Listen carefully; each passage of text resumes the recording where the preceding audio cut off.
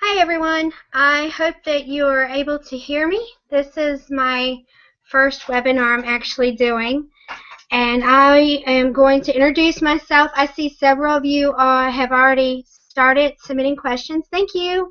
But I'm going to introduce myself in case you don't know who I am. I'm Tracey M.Cox. I am a children's author. I've been writing professionally since the year 2000. And if you hear a little woof woof in the background, that's my puppy. Anyway, I've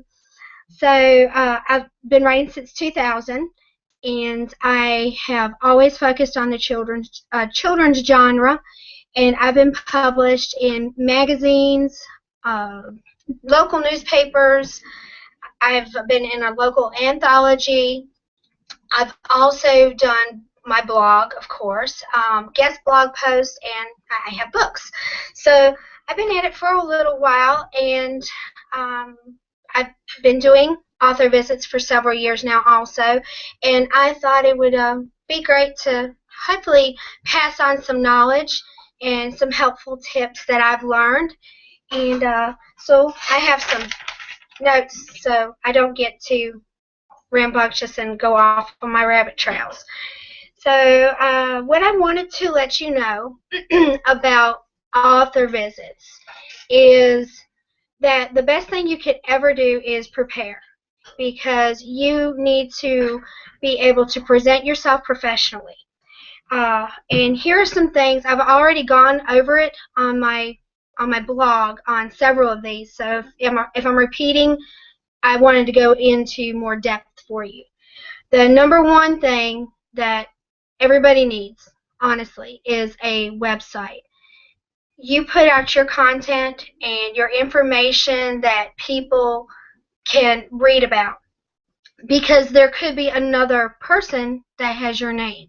Unfortunately, there is another Tracey Cox. She's a published author, and she's on the New York Times bestselling list.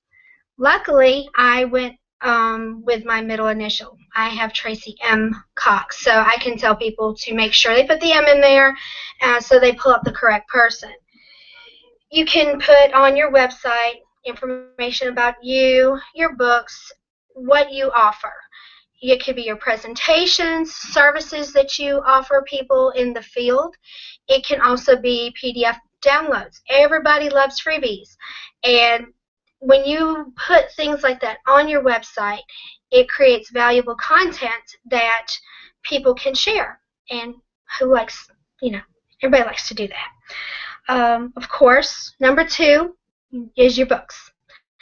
And the reason why it is so high up there is because two leads into three, which is your presentations. Before you even think about contacting people for an author visit, you have to have presentations. And I listed several, just brainstorming several different ways that you can present something. If you have a book on a subject matter, it could be nonfiction. I know a friend of mine, I hope she's watching, her name's Donna. She has one, and she has a presentation specifically geared towards that historical fiction and covers it.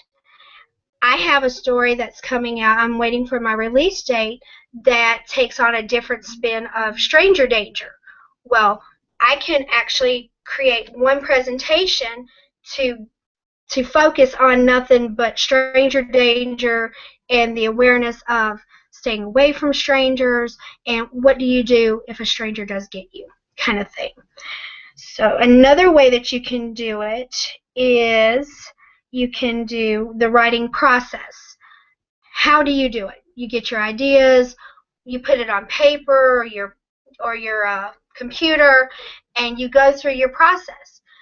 Children really love to hear that you actually have to do what they do, because I know when I was younger I was like, why am I learning all this? Am I really going to have to do this? Well, and here I am. I'm glad I did pay attention in school, because I've learned, and most of it retained, and what I didn't, I had to relearn. So, it helps click with them when they see that you actually do a writing process that they can relate to. Storyboarding. This works really good with some of the Common Core that a lot of people struggle with.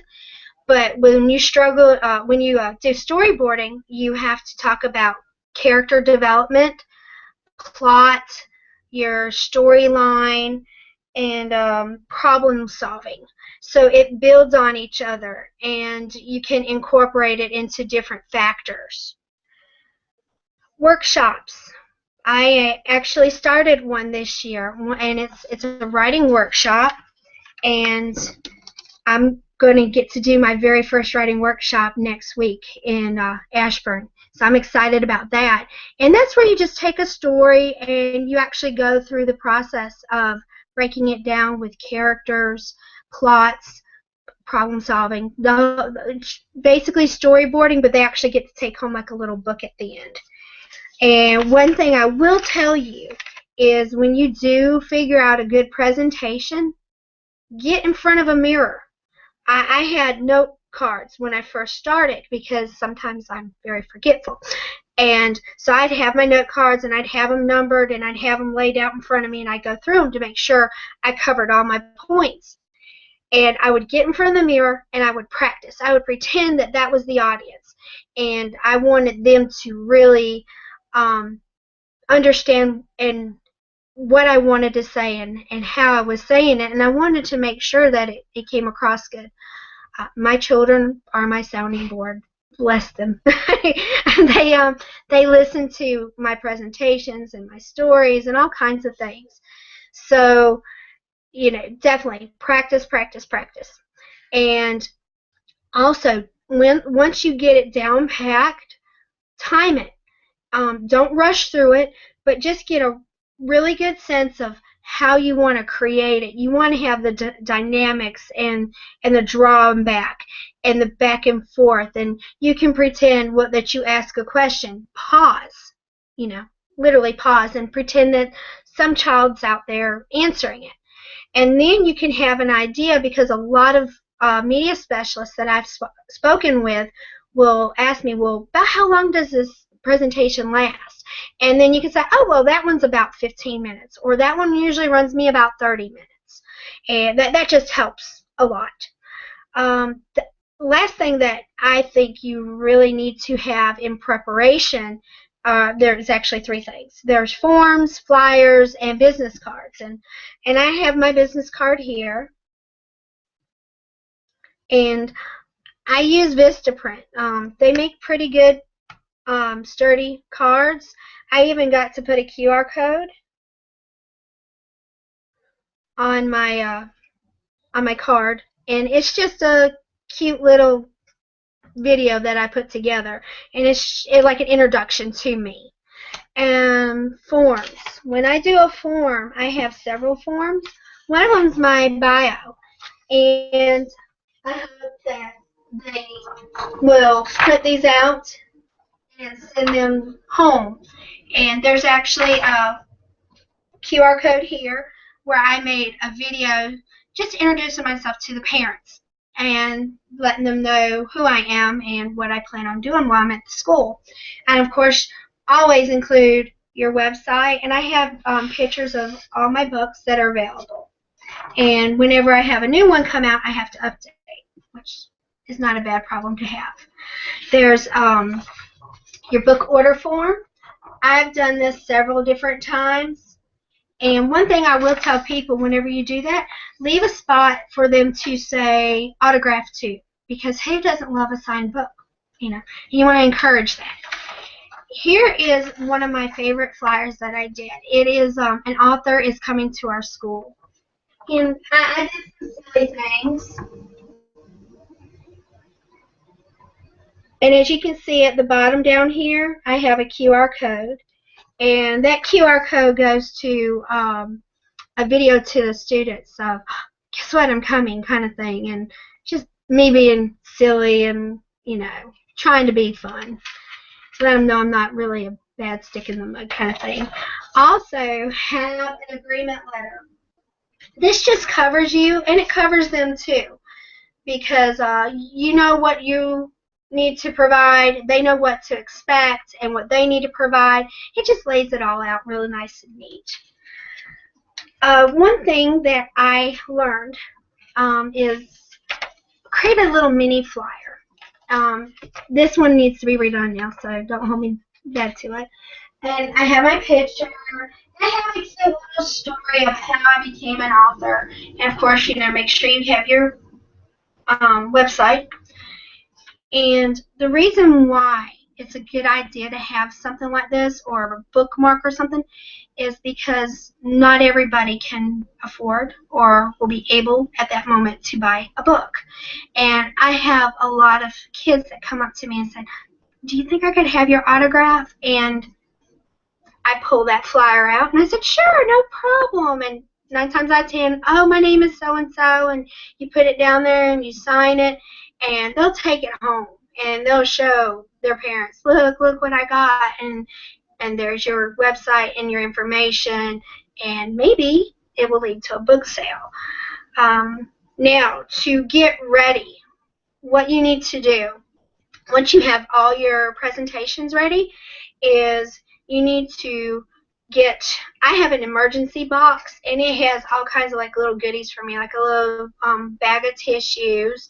I have eyeglass wipes because, you know, you're going to touch your eyeglass and you can't see anything. Cough drops, peppermints, that whole kind of different things. Because as you talk, you're going to get a dry mouth, and I will start coughing. I don't know about you, but I'll start coughing. I always ask people, I need my water. So I make sure I have a big old bottle of water with me too. I put all my books and all my equipment that I carry. I have a big carry-in tub. I'm working on getting something a little bit better. That I put it in, and I also have a bag that I take, over-shoulder bag that I take with me, just to pile everything in so I have it kind of neat and right there at my hands. One thing I tell people is when you use when you autograph, get a very good pen. I love a good writing pen, and this is just me from working in an attorney's office. Use blue ink because they can tell it's authentic. Most stamps are black, and you know, ink will smear either way. But when you have that blue ink, you know that it's a real autograph. Even if the kids saw that, you know, they can remember later on, hey, look, it's blue ink. That's just me, though. I'm a little rabbit trail there. Also, things to bring when you do go. Flash drive. This is my flash drive I have. Nothing is on here except for my author visit material, because I'll send it ahead of time. Things will happen, it won't load correctly, something crashed with their email and they can't get it to pull up, so I just pull up my little flash drive and plug it in, and hopefully we're good to go. Also have a backup to that because I wonder if their computer just won't work. So I try to keep notes and those little notepads that I scribbled all my notes on to begin with. I try to have those, and I have a mic and a speaker. My speaker is nothing more than my son's guitar amp that he so graciously lets me borrow all the time. And they bought me a mic for Christmas, and it wasn't expensive. You can get a very good sounding mic and a good coax for about $50. So I mean, it's not really expensive. Bring extra cash, because somebody will either write the check for wrong amount or they won't bring the correct amount of change. So you do have to sometimes make change while you're there. So it's always a good thing to do. And this is on my to-do, I want it so bad list, is I want to get a little tablet to replace my laptop so it's light, easy to take with me, and a projector. I don't know if any of you have ever checked them out, but the projectors are not these huge contraptions that we had when we were in school. They're actually like, they can fit in your pocket. They're awesome, and they cost about as much as a as a good tablet. So, you know, come on. I mean, that's what I really, really want to do. And if you have all that, if something happens on the school's end, you can back everything up. So I don't have the tablet or the projector yet, but it's, you know, something that I'm aiming for. So that's how I've been preparing, and I have all my ingredients in one box, or I should say in a box and a bag. And what I do once I have everything together is you have to find out how to communicate with the schools. And it's different in every area, it seems. I live in Georgia, so if anybody's watching that's in Georgia, here's a heads up. Georgia likes to have you contact the media specialist. So I've got my spreadsheet, and I've got my contacts, and I've already contacted them twice this year. I contacted them last month when we started, and I'm in the process of contacting them. I've contacted almost all of them again, just as a reminder, because you get super busy at the beginning of school, and just to remind them that I'm doing it. Some people want you to contact the principal. Sometimes it's the superintendent. Sometimes it's the PTO or PTA. So it's a lot of research on your part. So that's what I do in a big old nutshell.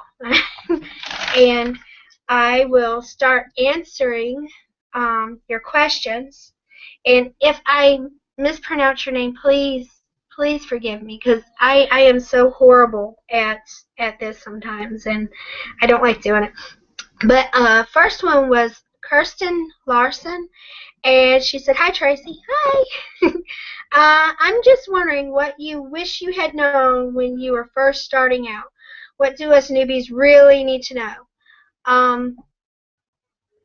That they're going to love you no matter what.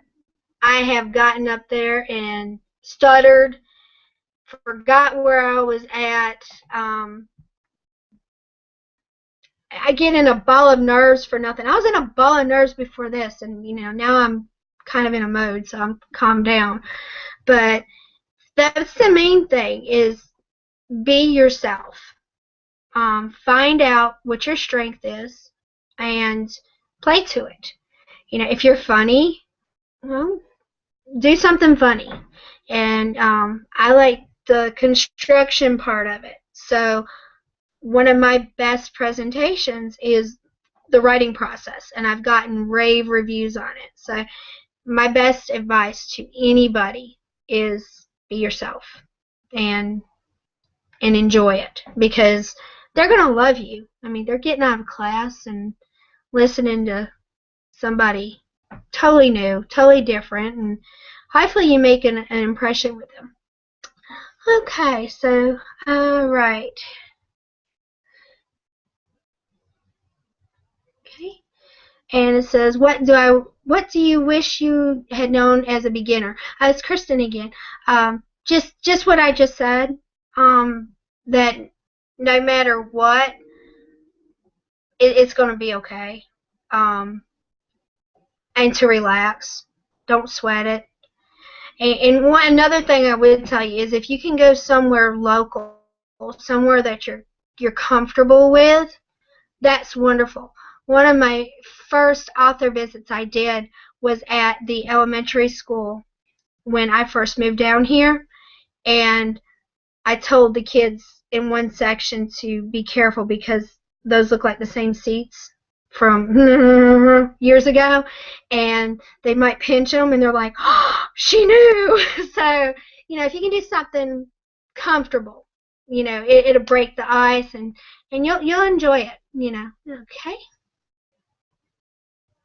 And Donna says she's having audio problems. I am recording this. I hope it's recording me. So if not, I'll just do a really big blog post about it. So I'm sorry, Donna. And I mentioned you. Hi. And this is a question I was going to ask. Looking forward to Tracy's response. Okay. Well, I'm glad I got it to it. And What is the best way to make initial contact? I have written to several schools and get no response. Every school district has a different configuration. How do I know who to contact? That's Barbara. When I first started, I dialed up to the receptionist.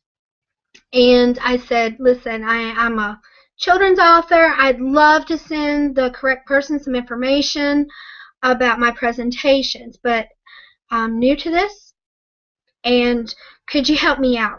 Do I need to send it to the librarian or media specialist? Someone might be called that. Or is it the principal?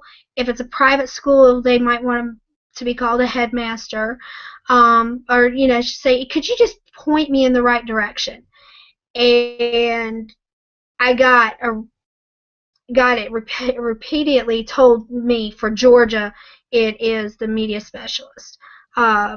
Florida, I looked into them a little bit, and I believe they like superintendent. So if you're in Florida, New York is PTO. They're very PTO oriented up there, or PTA, whoever you want to say it. So that's my suggestion, would be to call a school, call several schools, and ask them, who do I need to contact? And you may get different responses at different schools. And so I created a spreadsheet. And on my spreadsheet, I have the school's name, I have their address, their contact's email, mileage, if I'll ever do that. I hadn't done the mileage yet. And then I have their phone number. And then my last information is the date that I contacted them. So this way, when you follow up in a month or so, or if it's at the end of the year and you're starting all over again, all you got to do is break out that spreadsheet and copy and paste your emails. And that's what I do. And the ones that bounce back, then I'll go on their website and see if the person is no longer there, or maybe they got married and have a different name. And if I can't figure it out from the website, then I call the school, and I tell them I've already looked at the school's website and I've already emailed and it's bounced back. Could you help me out? So that's how I do that. And it's a long, drawn-out process. In Georgia, there's 1,399 schools. So, yeah, a lot. But it's worth it. And not everybody's going to say yes, unfortunately. I get a lot of no's, but I've gotten a lot of no's in the publishing industry already, so I'm tough-skinned. All right. So that is all the questions that I see there. I'm going to check the Google Events page, make sure nobody posted anything there, because there is a lag. And don't want to miss anybody. And I'm not seeing anything, so I guess I'll recap and see if anybody else posts anything, and if not, then I can wrap it up. So for a recap, in preparation for school visits, you want to have a website, because you want to control your content that's out there and what they see and what they can get from it. You need your books. If you can create your own book trailers, or have a friend, or if you even pay for one, have that on your website. My books have book trailers, and I don't know if it helps sales or not, but it's kind of cute, and it gets them like a little sneak peek. Presentations, come up with several if you can, because there's different age groups. That's one thing I didn't go into. For the younger ones, I have a reading, and I let them answer some, ask questions, and I'll answer them, and you'll hear everything from their family to their dog to something actually about your book, and it's cute. I love the little kids. And then like for the older kids, I'll have the writing process, or I can talk about the submission process and how that happens. And then I have a writing workshop. I'm creating one about stranger danger for when that book does come out in a couple of years. I'll have it ready. Just get several presentations together, and then have on your website, have your flyers. On my website, I have my author bio, I have my author is coming, I have my book order form, I have all those in a separate links that are PDFs, and then I have my author visit packet, which is about 9 pages, and they can download that in a PDF too.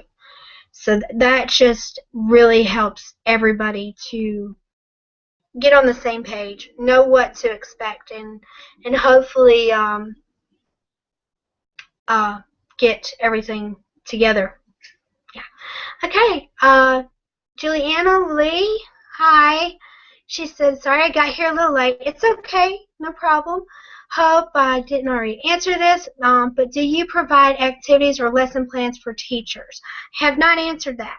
I am in the process of getting lesson plans for teachers, and that is because it is so hard around here to get into schools. I live in a really rural community. My next door neighbors are cows. End of story. And so they don't have a lot of extra fees, monies to get me or anybody else in there. So when you have lesson plans, yes, it's an added bonus. I also have created activities. It could be something that I saw like on Pinterest or something like that, and I just incorporate it. into a cute little sheet. I'm sorry, I have a puppy, and I incorporate it into a PDF so they can download it. And I also have coloring pages on my website because everybody likes to color. And I'm working on word searches because that helps hand and eye coordination and things like that. So yeah, definitely, if you can provide things like that, that's nothing but an added bonus. And I have those on my website under my teachers and parents link, I think it is. So yeah, definitely. I do provide it, and I'm hoping to provide more. But it's something that you build on. You can't have everything at one time. My website has gone through so many revisions I can't even tell you. But I got it right now where I really, really like it, and people say it's easy to find things. So I think I did a good job on it. So all right, I hope that answered that question, Juliana. And also, how do you determine your fees? That is a sticky question, and it's a hard one to answer because I don't charge as much as a lot of people I know do. And I think what you need to do is you need to determine the area that you live in, your expertise, and also, are you an award winner? Which I'm not. So if you're an award winner, that's going to up your ante automatically because you won an award. And it helps push your books, because especially if it's a very known award. So the way I determined my fee was I looked around what people charge, and I looked around at the economy here in South Georgia, and that's how I came to my conclusion. I did not undersell myself by no means. I don't think I did. I'm almost up there to what some of my friends in Atlanta charge. And Atlanta's got more advantage because there's more schools and they have more people that are on committees that can help get grant money and know how to use your Title I monies and things like that. So that's how I think you should determine your fee, is your experience, your knowledge, and the community that you live in, and just stick to it from there. Now, that one's being obnoxious, I'm sorry. So I hope that answered that question. It's difficult, and you just have to go with your gut, I think, and what you can live with. If you can live with $75 for a half a day and you do 2 sessions, then do it.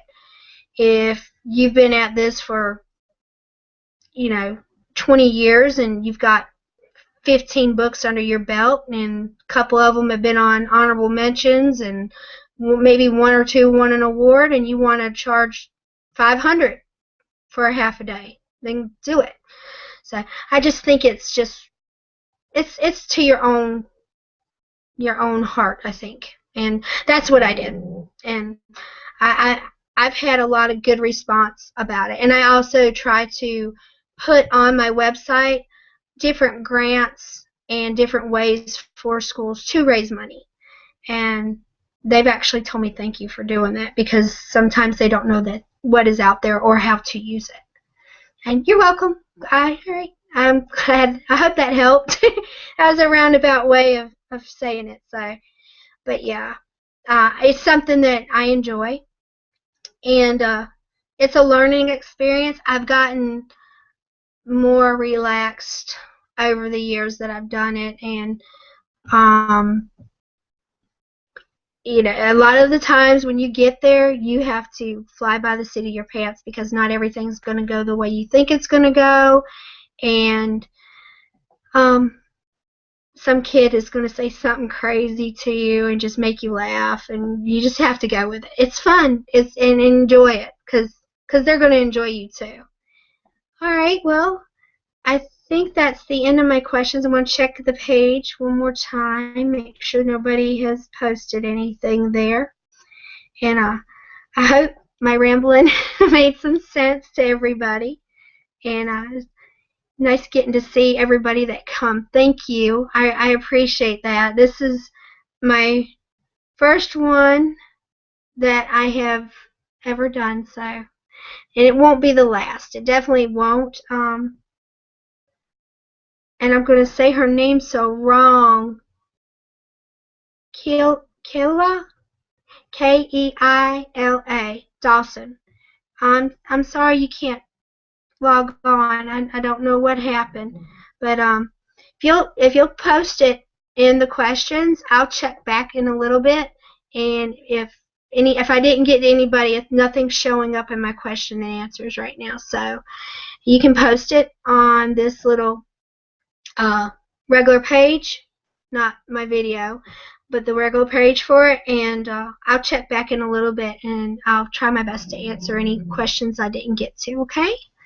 All right, well, it's been 35 minutes, folks. That flew by. So I hope you enjoyed it, and keep coming back, and have fun reading, and happy writing. I'll talk to y'all soon. Bye.